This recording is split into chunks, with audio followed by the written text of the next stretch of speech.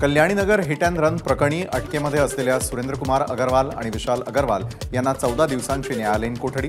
दोघांना ड्रायव्हर गंगाराम पुजारीला डांबून ठेवल्याप्रकरणी दाखल गुन्ह्यामध्ये सुनावली शिक्षा। घाटकोपर होर्डिंग दुर्घटनेप्रकरणी काल अटक झालेला स्ट्रक्चरल इंजिनियर मनोज संघू याला 5 जूनपर्यंत पोलीस कोठडी।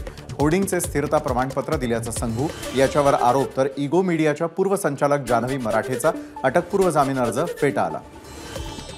नागपूरच्या शारदा चौकावर झालेल्या हिट अँड रन प्रकरणी माजी गृहमंत्री अनिल देशमुख यांचं विद्यमान गृहमंत्री आणि उपमुख्यमंत्री देवेंद्र फडणवीस यांना पत्र।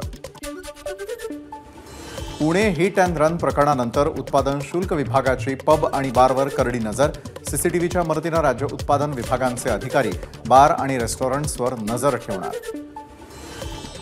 काँग्रेस प्रदेशाध्यक्ष नाना पटोले दुष्काळी जिल्ह्यांच्या दौऱ्यावर। छत्रपती संभाजीनगरच्या आडूळ गावात पटोलेंकडून नुकसानाची पाहणी।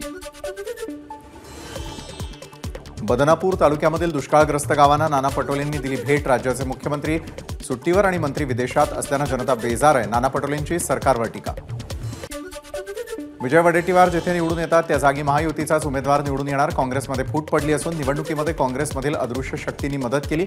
4 जून नंतर ते सगळे भाजपमध्ये प्रवेश करतील। वडेट्टीवारांचं नाव नितेश राणे यांचा गौप्यस्फोट।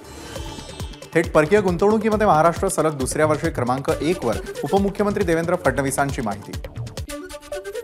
बेंगळुरूच्या गुलाबी कांद्यावरील 40% निर्यात शुल्क केंद्रानं हटवलं। महाराष्ट्रातील कांद्यावरील निर्यात शुल्क हटवण्याची मागणी।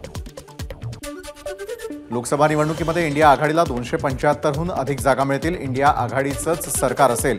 पंतप्रधान पदासाठीचा उमेदवार 4 तारखेनंतर घोषित करणार। काँग्रेस अध्यक्ष मल्लिकार्जुन खरगेंची माहिती। सीमेजवळ चीनच्या पुन्हा कुरापती। सिक्कीमपासून 150 किलोमीटर अंतरावर चीनची लढाऊ विमानं तैनात। शिगाचे एअरबेसवर J-20 स्टेल्थ लढाऊ विमानं तैनात। सनी देओल अडचणीमध्ये। चित्रपट निर्माता सौरव गुप्ताचा सनी देओलवर फसवणूक आणि खंडणीचा आरोप। एबीपी माझा, उघडा डोळे बघा नीट।